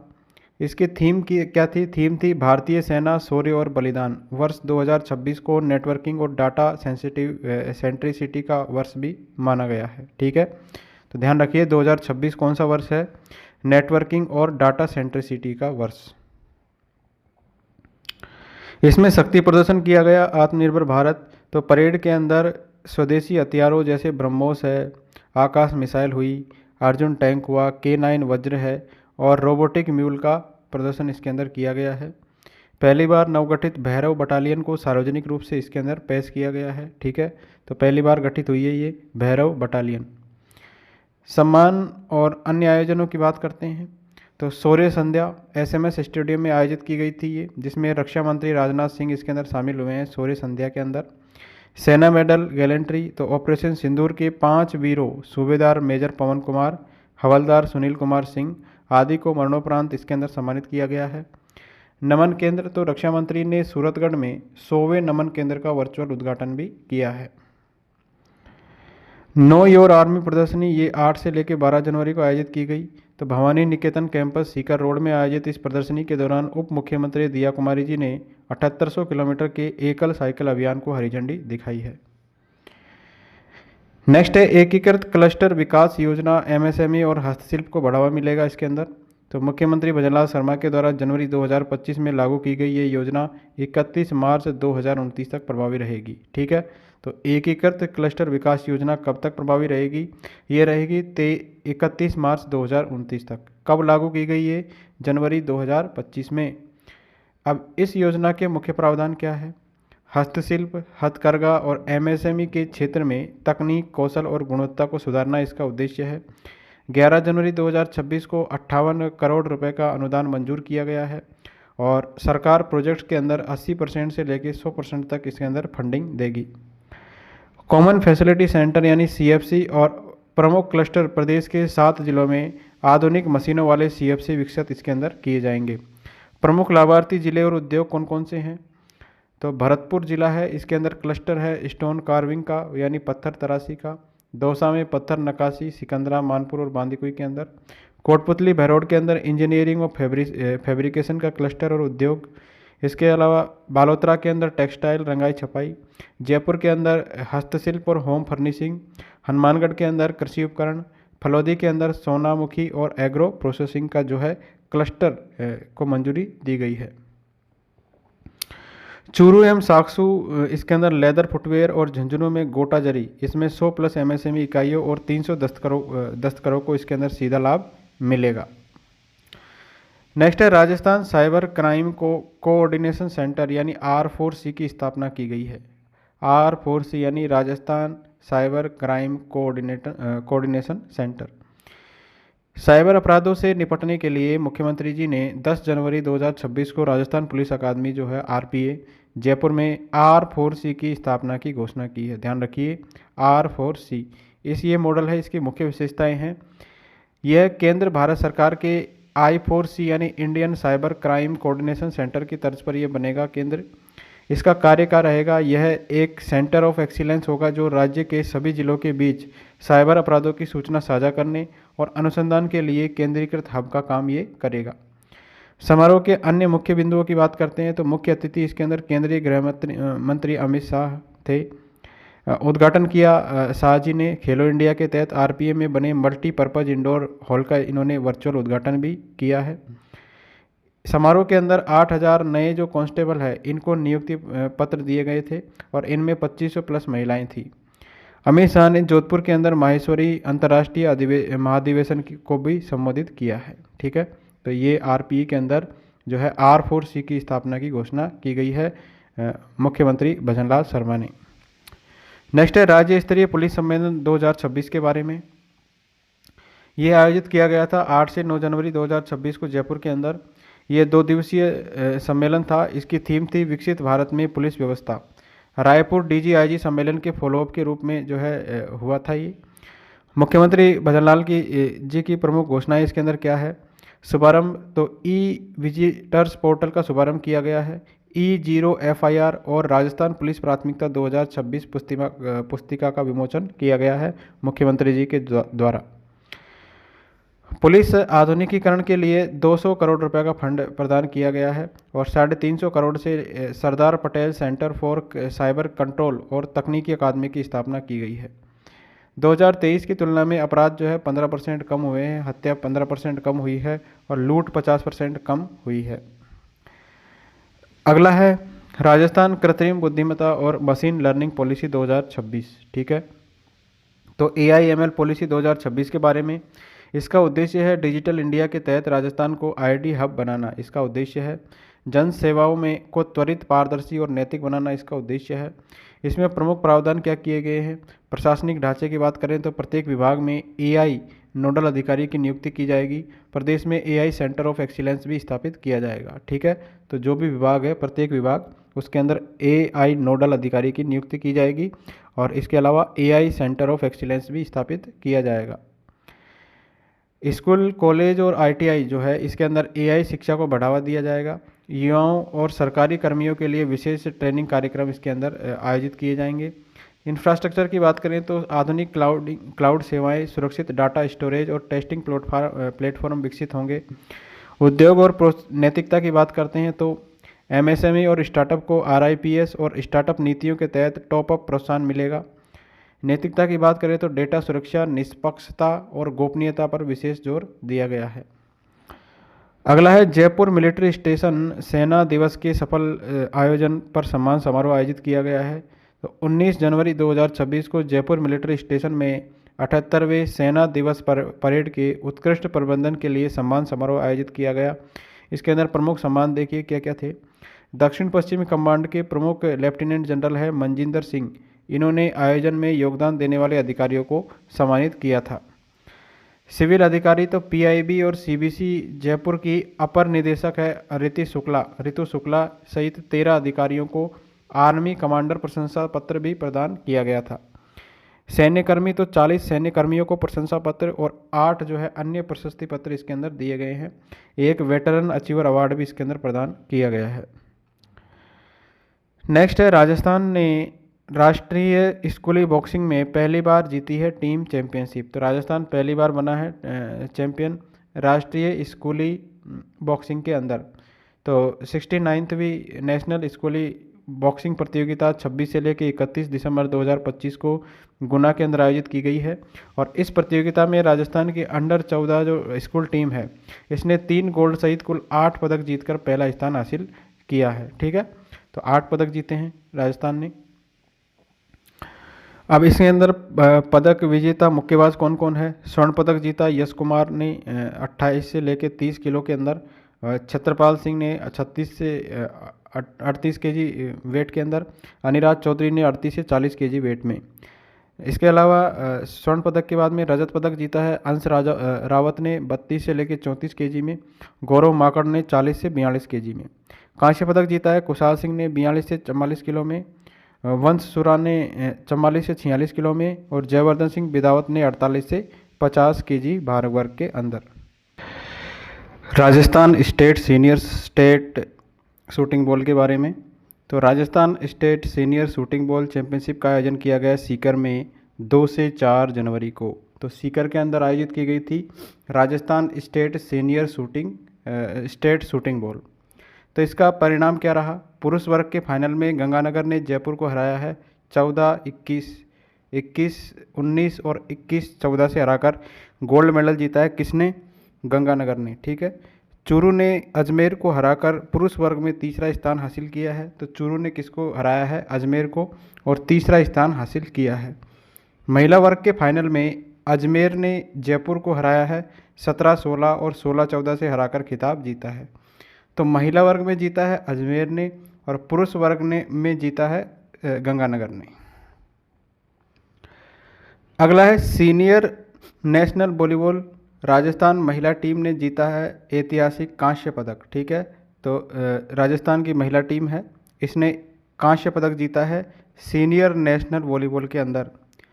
11 जनवरी 2026 को वाराणसी में आयोजित चैंपियनशिप में राजस्थान महिला टीम ने पहली बार कांस्य पदक जीतकर इतिहास रचा है। यानी राजस्थान की महिला टीम ने पहली बार है जब ये कांस्य पदक जीता है। राजस्थान ने तीसरे स्थान के मैच में हरियाणा को हराया है 3-1 से। राजस्थान के खिलाड़ी है रजनी, इनको बेस्ट ब्लॉकर का अवार्ड मिला है इसके अंदर। महिला वर्ग के अंदर केरल जो है इसके अंदर विजेता रहा और पुरुष वर्ग के अंदर भारतीय रेलवे इसके अंदर विजेता रहा। ठीक है, तो राजस्थान की महिला टीम ने जो है इसमें कांस्य पदक जीता है। नेक्स्ट है जयपुर पुलिस नज़र ऐप के लिए प्रतिष्ठित स्कॉच अवार्ड मिला है जयपुर पुलिस को। तो किराएदार और नौकरों के सत्यापन को आसान बनाने वाले नज़र ऐप के लिए जयपुर की पुलिस को टेक्नोलॉजी इनोवेशन कैटेगरी के अंदर स्कॉच अवार्ड मिला है। कौन सा अवार्ड मिला है? Skoch award. कौन सी कैटेगरी में? टेक्नोलॉजी इनोवेशन कैटेगरी के अंदर। अब यह पुरस्कार प्राप्त किसने किया? ऐप के निर्माता और तत्कालीन एडिशनल कमिश्नर कुंवर राष्ट्रदीप ने इसको ग्रहण किया है। इस ऐप का उद्देश्य क्या है? आम जनता के द्वारा किराएदार, ड्राइवर और घरेलू नौकरों का स्वयं सत्यापन करना इसका जो है उद्देश्य है। इसकी शुरुआत हुई थी 12 जून 2025 को। नेक्स्ट है जालोर की आकांक्षी कुमावत बनी है स्ट्रॉन्ग विमन ऑफ इंडिया। कौन है जालोर की है आकांक्षा कुमावत, ये बनी है स्ट्रॉन्ग वुमन ऑफ इंडिया। तो जालोर जिले के आहोर उपखंड के बावड़ी गांव निवासी आकांक्षा कुमावत, इन्होंने फरीदाबाद में आयोजित 34वीं राष्ट्रीय बेंच प्रेस प्रतियोगिता जो कि हुई है 7 से लेकर 11 जनवरी को, इसमें इतिहास रच दिया है इन्होंने। और उन्होंने 2 स्वर्ण पदक जीते हैं इसमें और 2 नए नेशनल रिकॉर्ड बनाते हुए स्ट्रॉन्ग विमन ऑफ इंडिया का खिताब अपने नाम किया है। ठीक है, तो याद रखना है स्ट्रॉन्ग विमन ऑफ इंडिया का खिताब किसने जीता है? ये जीता है आकांक्षा कुमावत ने। और ये कहाँ की है? ये है जालोर की। तो 57 केजी भार वर्ग के अंदर रिकॉर्ड बनाया इन्होंने। क्लासिक बेंच प्रेस के अंदर इन्होंने 77.5 केजी वेट उठाया है, पहले का रिकॉर्ड है 72.5 केजी का। इक्विप्ड बेंच प्रेस के अंदर इन्होंने उठाया है 95 केजी और पहले का रिकॉर्ड है 87.5 केजी का। नेक्स्ट है 69वीं राष्ट्रीय स्कूली तीरंदाजी प्रतियोगिता, राजस्थान कंपाउंड टीम इसके अंदर चैंपियन बनी है। कौन सी टीम है? राजस्थान कंपाउंड टीम किसके अंदर चैंपियन बनी है? 69वीं राष्ट्रीय स्कूली तीरंदाजी प्रतियोगिता के अंदर। तो झारखंड शिक्षा परियोजना परिषद रांची की मेज़बानी में 69वीं राष्ट्रीय स्कूली तीरंदाजी प्रतियोगिता खेलगांव रांची स्थित टिकैत उमराव शूटिंग स्टेडियम के अंदर 6 से लेकर 10 जनवरी 2026 को ये आयोजित की गई थी। ठीक है, तो झारखंड का में रांची में स्थित है टिकैत उमराव शूटिंग स्टेडियम। अब इसमें महत्वपूर्ण क्या रहा? टीम गौरव। तो राजस्थान की कंपाउंड टीम प्रतियोगिता में ओवरऑल चैंपियनशिप बनी है टीम गौरव। बालिका वर्ग में कुमकुम, मणिका, कनिष्का और मधु की टीम ने फाइनल में महाराष्ट्र को हराकर स्वर्ण पदक जीता है। व्यक्तिगत उपलब्धि की बात करें तो आर्यन पारिक ने व्यक्तिगत रैंकिंग में 720 में से 698 का शानदार प्रदर्शन स्कोर करके स्वर्ण पदक अपने नाम किया है। ठीक है, तो आर्यन पारिक ने स्वर्ण पदक अपने नाम किया है। मिक्स्ड टीम की बात करें तो कुमकुम और आर्यन इनकी जोड़ी ने राज्य के लिए कांस्य पदक जीता है। ठीक है, तो ये सारे ध्यान रखिए, ये किसके प्लेयर है? ये है तीरंदाजी के प्लेयर। कुल पदक तालिका की बात करें तो राजस्थान ने प्रतियोगिता में कुल 8 पदक हासिल किए हैं। तो राजस्थान ने टोटल 8 पदक हासिल किए हैं, ये भी याद रखना है। 5 गोल्ड है, 2 सिल्वर है और 1 ब्रॉन्ज मेडल जीता है। नेक्स्ट है डॉक्टर रामकरण यादव को गांधी नोबेल शांति पुरस्कार दिया गया है। कहाँ के हैं ये है कोटपुतली पवाना अहीर के निवासी है डॉक्टर रामकरण यादव जी। इनको 2 जनवरी 2026 को शिमला में गांधी नोबेल शांति पुरस्कार से सम्मानित किया गया है। ठीक है, तो गांधी नोबेल शांति पुरस्कार से किसको सम्मानित किया गया है? डॉक्टर रामकरण यादव को। कहाँ के हैं ये? कोटपुतली के हैं। यह सम्मान गांधी पीस फाउंडेशन नेपाल के द्वारा शिक्षा, समाज सुधार और राष्ट्र निर्माण में उनके योगदान के लिए दिया गया है। नेक्स्ट है भारत पिन, देश का पहला स्वदेशी डिजिटल एड्रेस सिस्टम है ये भारत पिन। तो बाड़मेर के दीपक शारदा है, इन्होंने 7 साल की मेहनत के बाद देश का पहला स्वदेशी digital address system Bharat pin और भारत मैप्स विकसित किया है। किसने विकसित किया है? ये बाड़मेर के हैं दीपक शारदा इन्होंने। यह सिस्टम जो है यूपीआई की तर्ज पर हर पते को 7 अंकों का एक यूनिक कोड देता है जिससे 1 मीटर तक की सटीक लोकेशन पहचान संभव होती है। तो ये कितनी रेंज? 1 मीटर तक की सटीक पहचान कर सकता है ये। और ये भारत पिन देश का पहला स्वदेशी डिजिटल एड्रेस सिस्टम है। नेक्स्ट है नवा जयपुर बर्ड फेस्टिवल 2026। तो जयपुर बर्ड फेस्टिवल 2026 का आयोजन 31 जनवरी से 1 फरवरी 2026 को जयपुर के कानोता कैंप रिजॉर्ट में किया गया है। इसका आयोजन कहाँ पर? जयपुर के कानोता कैंप रिजॉर्ट के अंदर। यह green people society Jaipur chapter ने राजस्थान वन विभाग और WWF इंडिया के सहयोग से इसको आयोजित किया है। ठीक है, तो ग्रीन पीपल सोसाइटी ने आयोजित किया है राजस्थान वन विभाग और WWF इंडिया के सहयोग से। फेस्टिवल की थीम क्या थी? ये जो नवा था जयपुर बर्ड फेस्टिवल, इसकी थीम थी join the celebration of wings and wetlands. तो ये थीम भी याद रखनी है, आ सकती है ये कि जयपुर के जो बर्ड फेस्टिवल हुआ था उसकी थीम क्या थी। तो इसकी थीम है join the celebration of wings and wetlands. Next है 12वां उदयपुर बर्ड फेस्टिवल। ये 16 जनवरी 2026 को उदयपुर बर्ड फेस्टिवल के 12वें संस्करण का शुभारंभ हाल ही में घोषित रामसर साइट है मैनार, यहाँ पर किया गया था और इसका उद्घाटन चित्तौड़गढ़ सांसद है CP जोशी इन्होंने किया है। इस 3 दिवसीय उत्सव में पक्षी आधारित फोटो प्रदर्शनी और मैनार वेटलैंड पर शॉर्ट फिल्म भी प्रदर्शित की गई थी। अगला है मरु महोत्सव। विश्वविख्यात है मरु महोत्सव 2026। इसका आयोजन पोखरण, जैसलमेर, सम, लखमणा और खुड़ी में 30 जनवरी से 1 फरवरी 2026 को किया गया था। महोत्सव के दौरान विभिन्न सांस्कृतिक कार्यक्रम के साथ ही प्रतियोगिताएं आयोजित की गई है। इसमें प्रमुख प्रतियोगिताओं के विजेता कौन है? तो साभा बांध प्रतियोगिता के विजेता है भौम सिंह जोधा फलसुंड। मिस्टर पोखरण 2026 मनीष सेन है। मिस पोखरण 2026 वर्षा भाटी है। मिस मुंबल 2026 ये है कुसुम पवार बीकानेर की। और मिस्टर डेजर्ट 2026 ये है मनीष पवार जैसलमेर के। और मिसेज जैसलमेर है ताज। नेक्स्ट है ऑनर किलिंग बिल पुनर्विचार के लिए लौटाया गया है। तो राज्यपाल जी ने ऑनर किलिंग सहित कुल 10 विधेयकों को कानूनी पहलुओं पर सवाल उठाते हुए पुनर्विचार के लिए विधानसभा को लौटा दिया है। 28 जनवरी 2026 को जानकारी के अनुसार इन लौटाए गए बिलों में कौन कौन से बिल शामिल है। 9 बिल है ये पूर्ववर्ती गहलोत सरकार के हैं और 1 बिल वसुंधरा राजे सरकार के कार्यकाल का है। तो 10 बिल लौटाए हैं हरिभाव बागड़े जी ने। राजमाता गायत्री देवी मेमोरियल कप के बारे में, तो जयपुर पोलो सीजन 2026 के तहत 25 जनवरी 2026 को राजस्थान पोलो क्लब में खेले गए फाइनल में जिंदल बैदला ने ऑप्टिमस अचीवर्स को 6.56 से हराकर खिताब जीता है। मोस्ट वैल्यूएबल प्लेयर इसके अंदर रहे राव हिम्मत सिंह बेदला। नेक्स्ट है डॉक्टर ललित कुमार भारद्वाज सम्मानित किए गए हैं। तो भरतपुर के हैं डॉक्टर ललित कुमार भारद्वाज, सर छोटूराम संस्थान। इनको वर्ल्ड बुक ऑफ रिकॉर्ड्स से जो है पुरस्कृत किया गया है। उन्होंने 9 सितंबर 2025 को इंटास के द्वारा आयोजित हुआ था पावर ऑफ वेट अभियान के अंदर भाग लिया। और ये जो है गिद्धों और पारिस्थितिकी तंत्र के संरक्षण के लिए चलाया गया विश्व का सबसे बड़ा जागरूकता अभियान है। तो ये आ सकता है कि गिद्धों और पारिस्थितिकी तंत्र के संरक्षण के लिए चलाया जाने वाला सबसे बड़ा जागरूकता अभियान कौन सा है। तो ये है पावर ऑफ वेट। तो इसके अंदर है भरतपुर के डॉक्टर ललित कुमार भारद्वाज है। इनको वर्ल्ड बुक ऑफ रिकॉर्ड से पुरस्कृत किया गया है। ठीक है, तो इन्होंने क्या किया था, इसमें भाग लिया था। नेक्स्ट है सिंधुजा जायसवाल, ये बनी है मिसेज वोग स्टार। तो जयपुर की है आईटी प्रोफेशनल सिंधुजा जायसवाल। इन्होंने मिसेज वोग स्टार सीजन 4 का खिताब जीता है।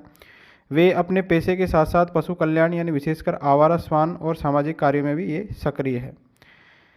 नेक्स्ट है विशाल वैद बने हैं बेस्ट सीआईआई गोल्फर। तो 24 जनवरी 2026 को रामबाग गोल्फ क्लब में संपन्न छठे CII AU invitation golf club में विशाल वैद है। इन्होंने बेस्ट सीआईआई गोल्फर की ट्रॉफी जीती है। ठीक है, तो बेस्ट सीआईआई गोल्फर कौन बने हैं, इनका नाम है विशाल वैद। तो प्रतियोगिता में 100 से अधिक प्रतिभागियों ने इसमें भाग लिया था और इसमें और भी विजेता रहे। इनके नाम है ब्लाइंड फोल्ड मॉन्स्टर, ये केसी गोयल बने हैं। क्लोजेस्ट टू द पिन, ये doctor Zohib Naqvi. Best lady golfer, ये है विमी भाटिया। इसके बाद में है बेस्ट वेटरन, ये है कमल बोडिया। नेक्स्ट है राजस्थान राज्य कबड्डी संघ चुनाव के बारे में। तो 24 जनवरी 2026 को जयपुर में आयोजित आम सभा के अंदर जितेंद्र सिंह है, इनको राजस्थान राज्य कबड्डी संघ का निर्विरोध अध्यक्ष चुनाया गया है। ठीक है, तो राजस्थान में जो कबड्डी संघ है इसका अध्यक्ष कौन बने हैं, ये बने हैं जितेंद्र सिंह। उपाध्यक्ष की बात करें तो हरजीत सिंह बराड़, भीम सिंह दौरा, सुरेंद्र सिंह खंडूजा, नेमीचंद और रीना कुमारी को उपाध्यक्ष पद के लिए इसके अंदर चुना गया है। नेक्स्ट है डॉक्टर लक्ष्यराज सिंह मेवाड़ है। इनका 10वां गिनीज वर्ल्ड रिकॉर्ड है। तो उदयपुर राज परिवार के सदस्य है डॉक्टर लक्ष्यराज सिंह मेवाड़। इन्होंने 22 जनवरी 2026 को शिकारवाड़ी के अंदर 1400 से अधिक मिट्टी के मटके वितरित करके अपना 10वां गिनीज वर्ल्ड रिकॉर्ड स्थापित किया है। तो इन्होंने कितने मटके वितरित किए हैं, 1400 से अधिक मिट्टी के मटके। 8 वर्षों में शिक्षा, पर्यावरण और समाज सेवा के क्षेत्र में निरंतर कार्य करते हुए 10 विश्व रिकॉर्ड ये बना चुके हैं। नेक्स्ट है पैरा पावर लिफ्टर है सुनीता धोबी। इन्होंने जीते हैं दोहरे स्वर्ण पदक। तो जयपुर की है ये पैरा पावर लिफ्टर, तो ध्यान रखना है। सुनीता धोबी का संबंध किससे है, पावर लिफ्टिंग से। इन्होंने 79 kg भार वर्ग में बेहतरीन प्रदर्शन करते हुए 2 गोल्ड मेडल जीते हैं। नेशनल चैंपियनशिप की बात करें तो 16 से लेकर 18 जनवरी को रुड़की में आयोजित national para power lifting championship में स्वर्ण पदक जीता है। और स्टेट चैंपियनशिप की बात करें तो जनवरी 2026 में साई इसके द्वारा आयोजित Rajasthan state para power lifting में भी इन्होंने स्वर्ण पदक जीता है।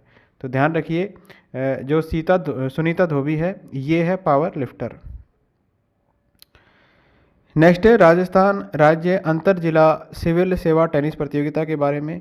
तो कोटा में 15 से लेके 19 जनवरी 2026 को आयोजित हुई इस प्रतियोगिता में जयपुर जिले की टीम ने उत्कृष्ट प्रदर्शन करते हुए स्वर्ण पदक जीता है और इस आयोजन में प्रदेश के 26 जिलों की टीमों ने हिस्सा लिया था। नेक्स्ट है RUFC अंडर 16 विंटर कप के बारे में। तो Rajasthan United football club RUFC इन्होंने अंडर 16 जो विंटर कप है इसका खिताब जीत लिया है। फाइनल मुकाबले में मेज़बान टीम ने बेंगलुरु सॉकर स्कूल को पेनल्टी शूटआउट में हराया है। इस टूर्नामेंट में कुल 8 टीमों ने हिस्सा लिया था। नेक्स्ट है तमन्ना बनी है मिस इंडिया ग्लैम। तो जयपुर अनंता स्पा के अंदर जनवरी 2026 में आयोजित अनंता मिस एंड मिसेज इंडिया 2026 के ग्रैंड फिनाले के मुख्य विजेता कौन रहे हैं? तो मिस इंडिया ग्लैम 2026 का अवार्ड जीता है तमन्ना राव ने। मिसेज इंडिया ग्लैम 2026 का अवार्ड जीता है श्वेता कुमावत ने। अन्य अवार्ड जीते हैं तमन्ना सारनानी मिस इंडिया ग्लैम इंटरनेशनल और खुशी Gupta miss India glam Rajasthan ये चुनी गई है। नेक्स्ट है युवा कवि राही, इनको सविता माली आर्ट इनोवेशन अवार्ड दिया गया है। तो जयपुर लिटरेचर फेस्टिवल जो है इसमें युवा कवि है विजय राही, इनको सविता माली आर्ट इनोवेशन पुरस्कार से सम्मानित किया गया है। ये जोधपुर की दिवंगत चित्रकार है सविता माली की स्मृति में दिया जाने वाला इस सीरीज का कौन सा पुरस्कार है? ये है चौथा पुरस्कार। तो पुरस्कार स्वरूप वर्ष में 4 बार दिए जाने वाले इस सम्मान में 25,000 रुपये और अभिनंदन पत्र इसके अंदर दिया जाता है। ठीक है, और पूर्व विजेता इसके अंदर कौन थे? पिंक फेस्ट 2025 निफ्ट की छात्रा है साक्षी नेगी और रिफ जोधपुर में दिया जा चुका है।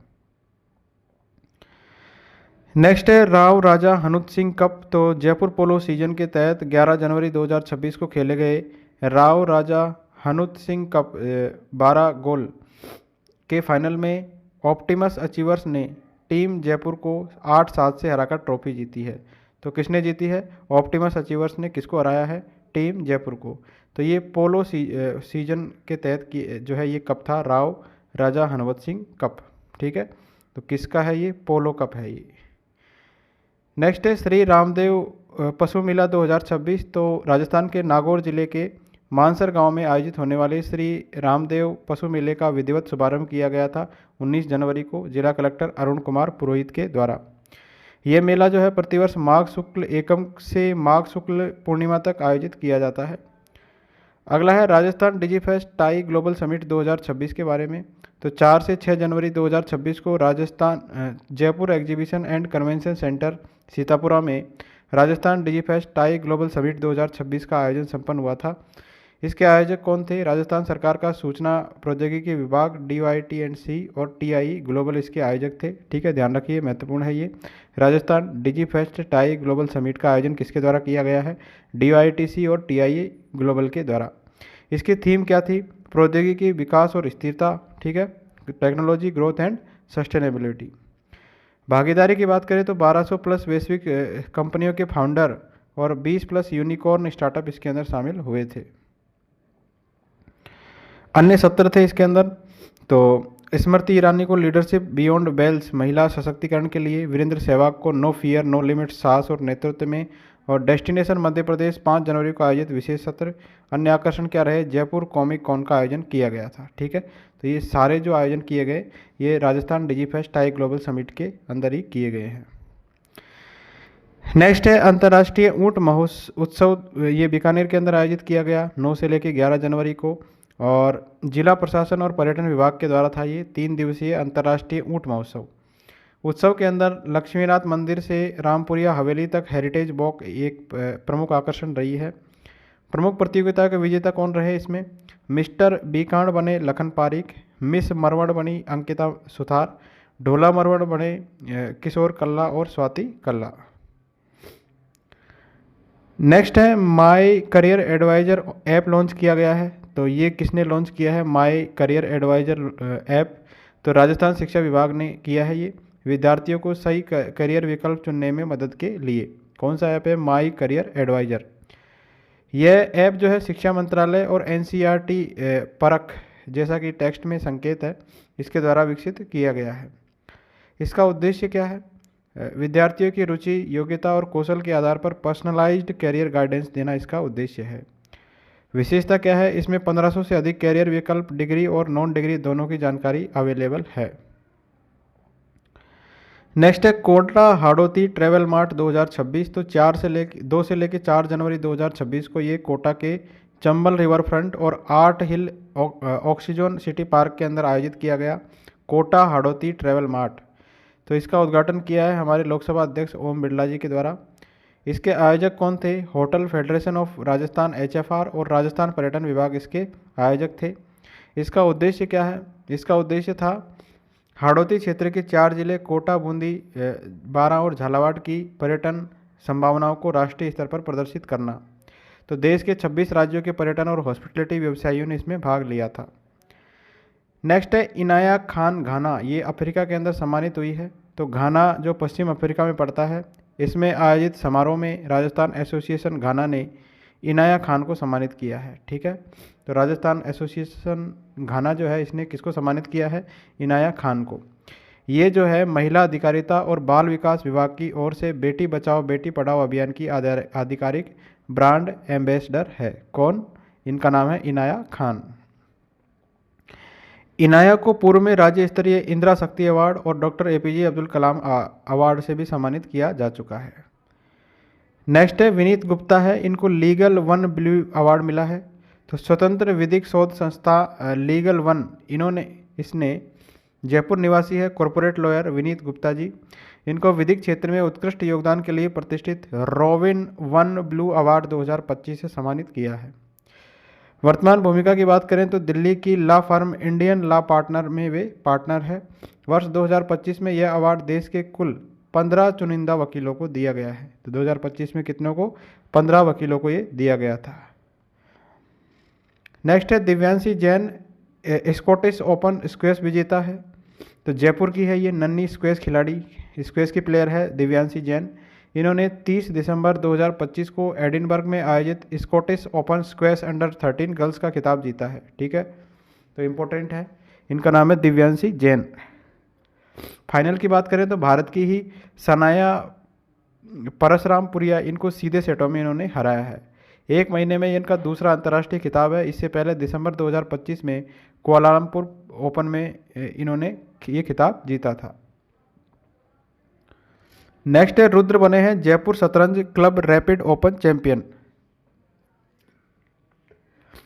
तो रुद्र कविया है, इन्होंने तीसरी जयपुर शतरंज क्लब रैपिड ओपन प्रतियोगिता का खिताब जीत लिया है। रुद्र ने 7 अंकों के साथ अपनी सभी बाजियां जीती है। उपविजेता कौन रहे?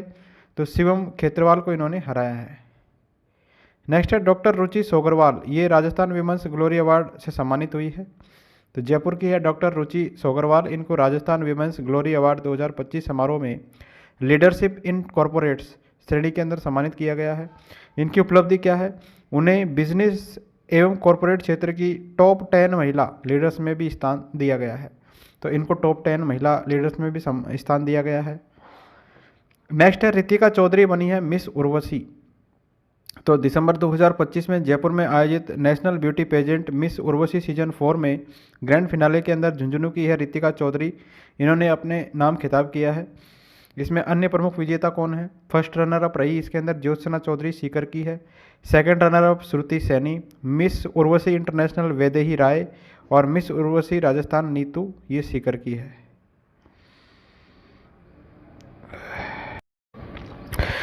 नेक्स्ट है डॉक्टर अशोक कुमार शर्मा, ये भारतीय बेसबॉल फेडरेशन में पुनः उपाध्यक्ष चुने गए हैं। तो राजस्थान के हैं डॉक्टर अशोक कुमार शर्मा, इनको एक बार फिर भारतीय एमेच्योर बेसबॉल फेडरेशन का उपाध्यक्ष चुना गया है। वर्तमान में राजस्थान बेसबॉल संघ के अध्यक्ष भी ये हैं। अगला है 17वां आदिवासी युवा आदान प्रदान कार्यक्रम। तो भारत सरकार के गृह और युवा खेल मंत्रालय के द्वारा आयोजित इस 7 दिवसीय कार्यक्रम के तहत आदिवासी युवाओं के एक दल ने 19 जनवरी 2026 को राजस्थान में जो जयपुर में राजस्थान विधानसभा का भ्रमण करके अध्यक्ष वासुदेव देवनानी से संवाद किया है। ठीक है, तो माय भारत जयपुर के द्वारा समन्वित इस दल के अंदर 5 राज्यों छत्तीसगढ़, झारखंड, उड़ीसा, मध्य प्रदेश और महाराष्ट्र के 8 जिलों से आए 200 युवाओं सहित कुल 250 प्रतिभागी इसके अंदर शामिल थे। नेक्स्ट है जोधपुर के अंदर रिकॉर्ड पर्यटन हुआ है। तो जोधपुर ने वर्ष 2025 में 38 लाख से अधिक पर्यटकों की मेज़बानी करके नया इतिहास रचा है। ठीक है, तो जोधपुर के अंदर कितने पर्यटक आए हैं? 38 लाख से अधिक।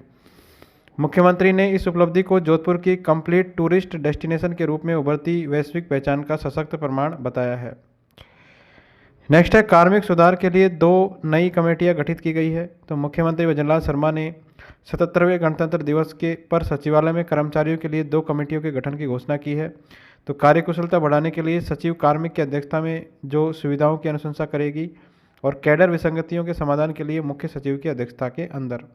तो 2 कमेटियां बनी है कार्मिक सुधार के लिए। नेक्स्ट है 16वां राष्ट्रीय मतदाता दिवस। तो ये मनाया गया 25 जनवरी 2026 को। मेरा भारत मेरा वोट थीम थी इसकी। क्या थी? मेरा भारत मेरा वोट। 16वां राष्ट्रीय मतदाता दिवस ये मनाया गया था। जयपुर में राज्यपाल हरिभाऊ बागड़े ने निर्वाचन कार्य में उत्कृष्ट योगदान के लिए 79 अधिकारियों और कर्मचारियों को इसके अंदर सम्मानित किया है। तो इसके अंदर राजसमंद, अलवर, बालोतरा और धौलपुर के जिला कलेक्टर थे इसके अंदर शामिल, जो पुरस्कृत हुए हैं। श्रीगंगानगर के जनसंपर्क अधिकारी इसके अंदर शामिल है। नेक्स्ट है, पीएम मोदी ने की है रामसर ऑर्गेनिक की सराहना। तो मोदी जी ने मन की बात कार्यक्रम के अंदर बाड़मेर के पन्नाराम सारण की Ramsar organic farmer producer company का विशेष जिक्र किया है।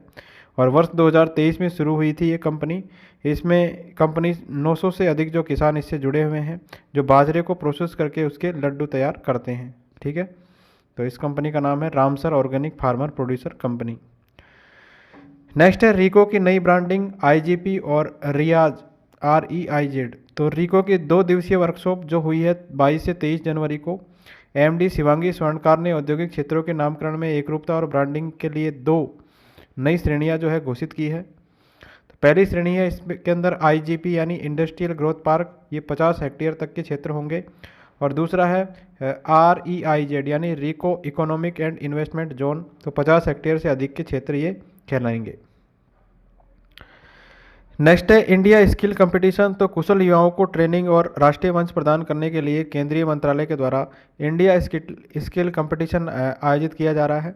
और राज्य में इसका संचालन किसके द्वारा किया गया? RSLDC के द्वारा। अब इसमें प्रतियोगिता के चरण देखिए क्या क्या है।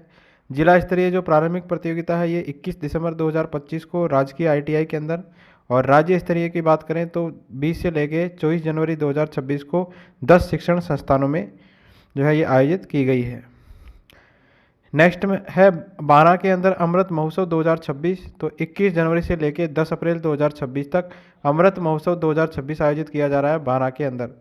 महिला और बाल विकास मंत्री है, राज्य मंत्री है डॉक्टर मंजू बागमार, इन्होंने इसका और राजसखी मेले का उद्घाटन किया है। इसका उद्देश्य क्या है? महिला सशक्तिकरण और उद्यमशीलता को बढ़ावा देना। Beti Bachao brand ambassador doctor Sudhira के सहयोग से राजकीय कन्या महाविद्यालय में बेटी लाइब्रेरी शुरू की गई है। ठीक है, तो कहाँ पर शुरू की गई है? ये कन्या महाविद्यालय के अंदर। नेक्स्ट है, फेंके नहीं हमें दे अभियान। तो बाल कल्याण समिति CWC ने नवजात शिशुओं की सुरक्षा के लिए बीकानेर के अंदर 27 जनवरी 2026 को इस अभियान का शुभारंभ किया है। तो ध्यान रखिए ये अभियान का नाम और ये कहाँ शुरू किया गया है। ये शुरू किया गया है बीकानेर के अंदर। इसके पोस्टर का विमोचन 21 जनवरी को केंद्रीय कानून मंत्री है अर्जुन राम मेघवाल जी ने किया है। इसका उद्देश्य है नवजातियों को असुरक्षित स्थान जैसे झाड़ियों और नालों पर फेंकने के बजाय पालना गृह या सरकारी आश्रय को सौंपने के लिए जागरूकता फैलाना। वन लाइनर देख लेते हैं।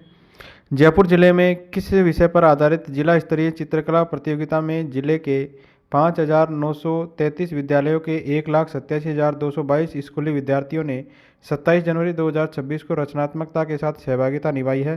तो ये पंचगौरव है। तो ये इसका विषय क्या था? पंचगौरव। जयपुर जिला सहकारी भूमि विकास बैंक लिमिटेड जयपुर के अवधि पार ऋणियों के लिए लागू मुख्यमंत्री अवधि पार ब्याज राहत योजना 2025-26 की अवधि को बढ़ाकर कितना कर दिया है? तो अवधि को बढ़ाकर कर दिया है 31 मार्च 2026 तक के लिए। और लास्ट है, राजस्थान पर्यटन विभाग के द्वारा भव्य पतंग उत्सव का दूसरा चरण 14 जनवरी 2026 को जयपुर में कहाँ आयोजित किया गया था? तो ये किया गया था हवा महल के सामने। Thank you friends.